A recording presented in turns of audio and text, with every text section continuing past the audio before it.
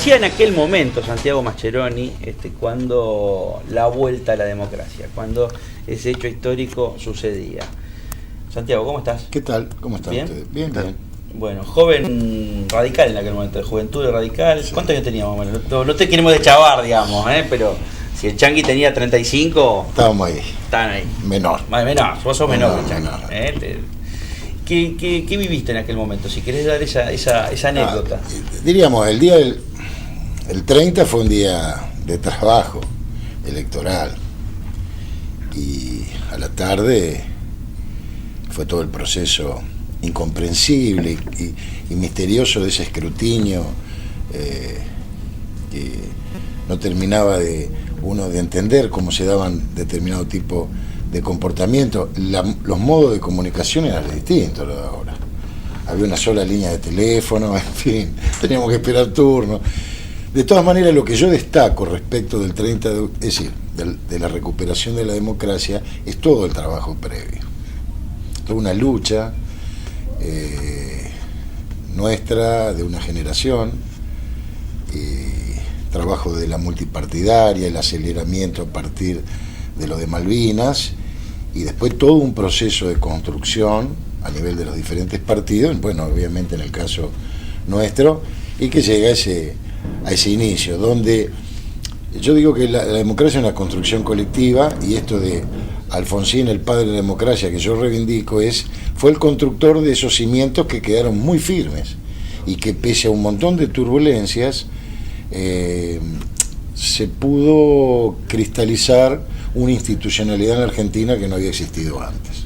Alfonsín, ¿y quién más? O sea, ¿quién recordás que era importante dentro de ese grupo de hombres que lo acompañaba a Alfonsín? ¿El liderazgo, digamos? No, bueno, es decir, dos niveles de cuestión de gente que integró todo ese proceso en el orden nacional, que también tiene una diferenciación generacional, el grupo de Alfonsín y sus amigos, el Flaco Borrás, obviamente que Bernardo Grimpo, etc. Y también aquellos que desde la Junta Coordinadora Nacional asumieron responsabilidades en el inicio, porque también eso fue un tema que se debatió y se discutió en el orden nacional, después en el armado de la estructura. Es decir, nosotros en ese entonces se jerarquizaba la cuestión de lo municipal, lo provincial y lo nacional, con la proyección de distintos, como se decía en ese entonces, compañeros de la Juventud Radical de la Junta Coordinadora Nacional. Era una conformación de una escuela de cuadros, pero ya formados, jóvenes cuadros políticos. Sí, había una experiencia que había sido fundamentalmente de carácter universitario, pero no exclusivamente de carácter universitario. Y una decisión allá por la década del 70.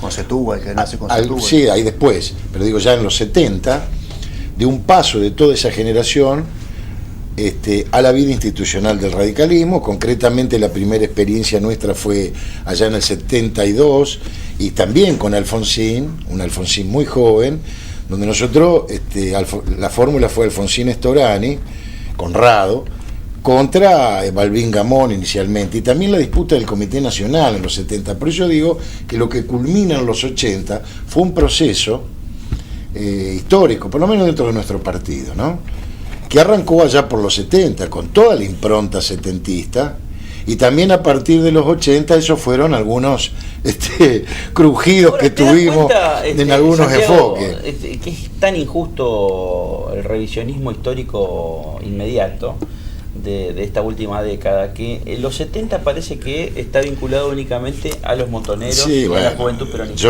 Y los 70, digamos, a la violencia política, digamos. Y a la violencia política. No, pero sobre todo es como que los 70 ese debate existió. Los únicos jóvenes que existían y nuestro debate con los montoneros irresponsables en aquel momento.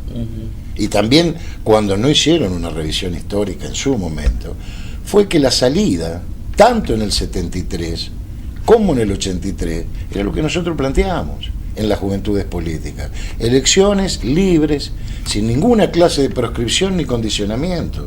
El pueblo argentino no iba a definir su futuro sobre la base ni del foquismo, ni de una guerrilla prolongada, ni las experiencias aisladas que hubo. Yo lo que sí digo es esto: no soy del criterio de que en momentos de homenaje uno tenga que hacer un discurso donde el Paso Cañazo plantea su mirada de la historia, porque todo homenaje implica un acto yo diría de recordación y de selección. Es como una antología. El que la hace elige qué música poner en la antología. Claro, Entonces, después los que la escuchan pueden creer que esa es la única música que hizo el autor o no. Yo lo que digo es que hay puntos de referencia. Lo nuestro fue una experiencia interesante. Alfonsín fue un hombre, no un dios. No un marciano. Exacto. Y tuvimos como gobierno las contradicciones propias. Pero lo que tiene de virtud el radicalismo, yo esto no voy a dejar nunca de plantearlo, es que uno de los pocos partidos que ha hecho autocrítica pública. Autocrítica pública de sus procesos históricos. Y esto sí es un dato de la realidad, pero de todas maneras... ¿Cuál fue la autocrítica? A ver, empecemos en distintos momentos. Por ejemplo... Es decir, con lo de la Rúa. A ver, pero en el contexto ochentoso, digamos, Santiago. Bueno, de hecho... Changuí no votó las leyes. Por ejemplo, no fue el único, pero quiero decir, hubo gente que no votó ese paquete de leyes. Hubo otros procesos y otros debates. No es mi intención volcarlo. Yo tengo... Claro. No, pero digo, siempre sostuve que las cuestiones de los partidos, por lo menos desde mi óptica, es de puerta del partido para adentro. Lo que tiene que trascender de las fuerzas políticas es lo que uno le plantea a la sociedad, que no son los debates de las internas o las miradas. Yo digo que lo que existió en ese momento es una clara definición de algunos temas que hoy siguen siendo paradigmas. Alfonsín, al final de sus días, y durante todo el proceso político después de la presidencia, predicó muchísimo, insistió muchísimo en que dotar a la democracia de los elementos de lo que él planteaba. ¿Por qué la democracia tiene que curar? ¿Por qué la democracia tiene que alimentar y tiene que sanar? Y el ámbito, fuera de eso es imposible la realización del hombre y del ciudadano menos. Pero en los discursos que ustedes reflejaban hoy, ya ahí está advirtiendo el compromiso ético de un proceso democrático con la satisfacción de las necesidades más urgentes de la persona, del hombre y de la mujer. La necesidad de la educación, del trabajo, de asegurarse y de la dignidad desde el punto de vista de lo personal. Yo creo que esos sí son elementos que siguen siendo una deuda. No invalida esto, ni le da justificativo a ningún nostalgioso, que los hay. Los hay. Hoy Bernet dijo en la legislatura que él después... El primer gobernador de Santa Fe. El primer gobernador de la democracia en Santa Fe. De la democracia. Dijo que después del fallido putsch de Semana Santa, a él lo invitaron a recorrer los basurales de Santa Fe. Y él se asombró de ver la cantidad de botellas de champán que traían los cirujas y los carritos, de los que festejaron a cuenta de una cosa que no fue. Es decir, y uno que un sector del peronismo estuvo en el palco aquella vez aguantando el mostrador, como me gusta decir a mí, cuando los militares quisieron avanzar. Acá eso debemos decirlo. El justicialismo estuvo a la altura de la circunstancia y compartió el riesgo y la incertidumbre política del gobierno nacional en ese momento. Y en el caso de la provincia de Santa Fe, que se convoca desde el Poder Ejecutivo y Legislativo, conjuntamente con el Consejo Municipal, a una especie de cabildo, asamblea abierta en la legislatura, a los fines de gestar la apoyatura popular. Se firmaron actas de repudio y de rechazo al intento y por la continuidad del sistema institucional. Yo digo, esto no puede, por eso digo que la democracia es una construcción colectiva. Es una construcción colectiva, no se puede ser egoísta en el momento del análisis, pero tampoco se puede ser necio. Es decir, poner solamente la última etapa. Son 30 años. Yo decía hoy, hablando con algún amigo y por ahí en otro lugar, desde el 25 de mayo de 1810 al 1 de mayo de 1853, cuando se institucionaliza la República, habían pasado 43 años. Sin embargo, nos parece que fueron un siglo de guerra interna, de guerra civil y de luchas intestinas, nada más 43 años. No estamos lejos de llegar a ese tiempo. Y le tomó a la Argentina eso, su institucionalidad, y después la incorporación de Provincia de Buenos Aires. Yo digo que el logro de la democracia, frente a cualquier nostalgia de algún loco, estamos mejor antes. ¿Antes de cuándo? ¿Antes de cuándo? Había un montón de dichos, decir, a la Argentina le falta una guerra para saber lo que es sufrir y aguantar, decían los inmigrantes. No tuvimos una guerra, todavía estamos padeciendo las consecuencias internas y una guerra externo. ¿Qué le queda al radicalismo actual, al doméstico, digamos, para no irnos a nivel nacional, salvo que usted quiera? ¿Qué le queda de aquella corriente renovadora, democrática, progresista que nace en Setúbal, que tiene un proceso que termina en el 83 con la asunción de Alfonsín, que después se va desvaneciendo un poco la Junta Coordinadora Nacional, sí, más que nada en las provincias, se atomiza, digamos, de algún modo?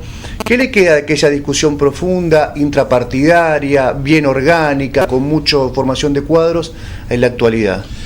En primer lugar, que la institucionalidad de la Juventud Radical. Nosotros fuimos la Junta Coordinadora, pues no tenía institucionalidad. Era imposible tenerla en un momento de lucha contra la dictadura militar, el partido como tal. Y además teníamos nuestras contradicciones internas. Pero quiero decir, uno de los avances es que la juventud se institucionalizó como una estructura regular del radicalismo. Obviamente que no es solamente de nuestro partido, sino que procesos históricos hicieron que también el tema del debate se atenuara.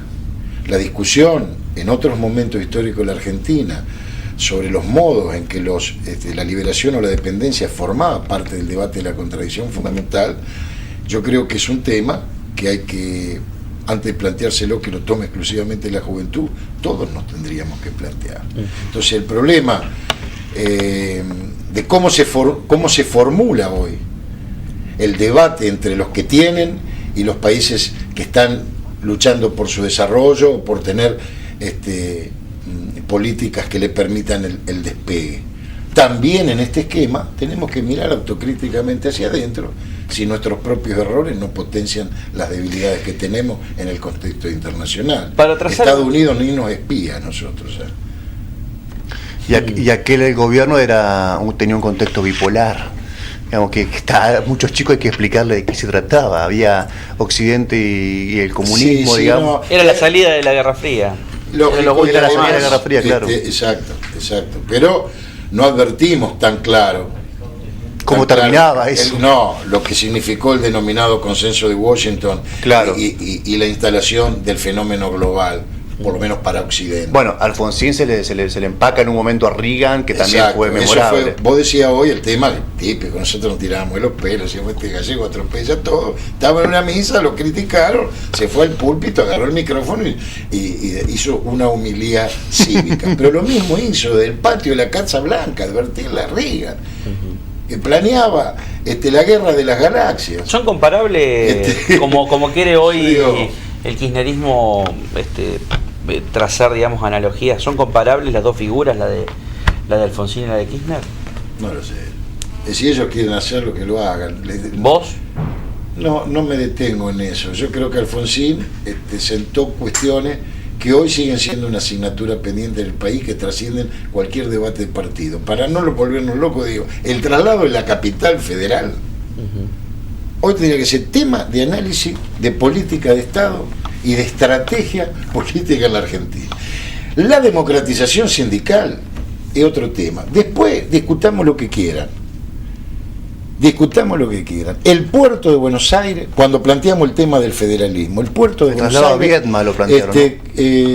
como allá en el post-virreinal y todo lo demás, sigue siendo para las provincias del interior y para la nuestra un problema serio. Son todos Rivadavia. Exacto. Ahora, entonces, yo digo, compararlo, qué sé yo. Yo te voy a hacer una pregunta que me parece importante, y esto sí me parece que podés analizarlo un poquito tiempo. Sí creo que han generado, la mística que generó Alfonsín, la ha generado el kirchnerismo.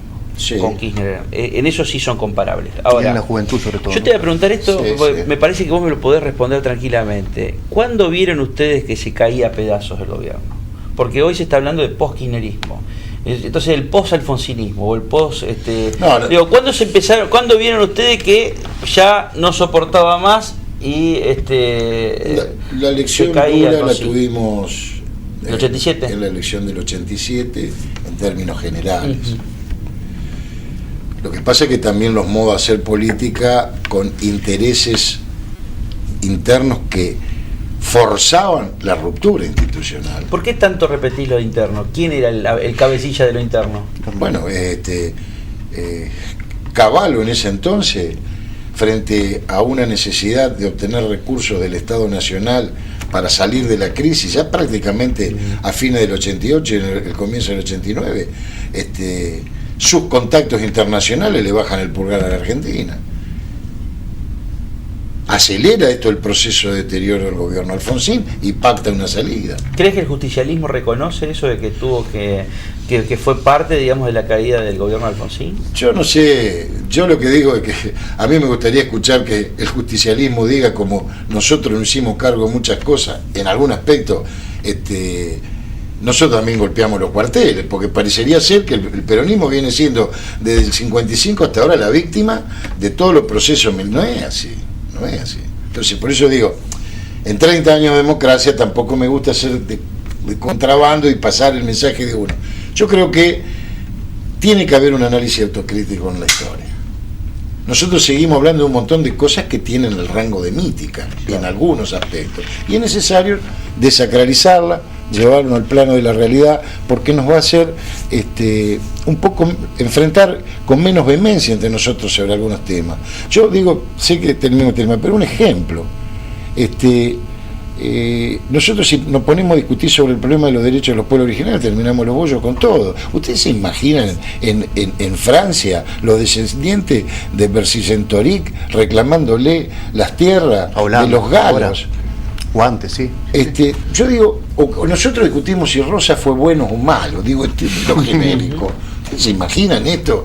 Entonces yo creo que tenemos que tener una mirada un poco respecto de algunos aspectos de nuestra historia, yo diría menos vehemente en el sentido de tanto compromiso de identificación con eso, y en función de algunas cuestiones planificar con menos dramatismo un futuro. No, pero me parece que ya el dramatismo hoy yo más lo estoy evidenciando como sobreactuación también, en cierta forma, como para poder desviar un poco los temas de puede ser, pero no dejamos de es decir, acá es todo a suerte o verdad, y verdaderamente es decir, ahora hay que aguantar, hay que poner, hay que torear. Se habla del pecho a las balas, muchachos, en un país que tiene miles de desaparecidos, que soportó una guerra. Tenemos que poner el pecho a las balas, lo dicen dirigentes deportivos, lo dicen dirigentes. Yo, en ese sentido, me quedo con una frase de Carlos Ulanowski: antes las hinchadas gritaban y toque, toque, toque, no deje de tocar. Hoy ponga huevo que gana. O pegue, ahora. Hay una diferencia. Y yo creo que en el discurso también se expresan algunas histerias del colectivo. Gracias, Santiago. No, a ustedes, muy amables. Pausa, enseguida Franco Ponce de León.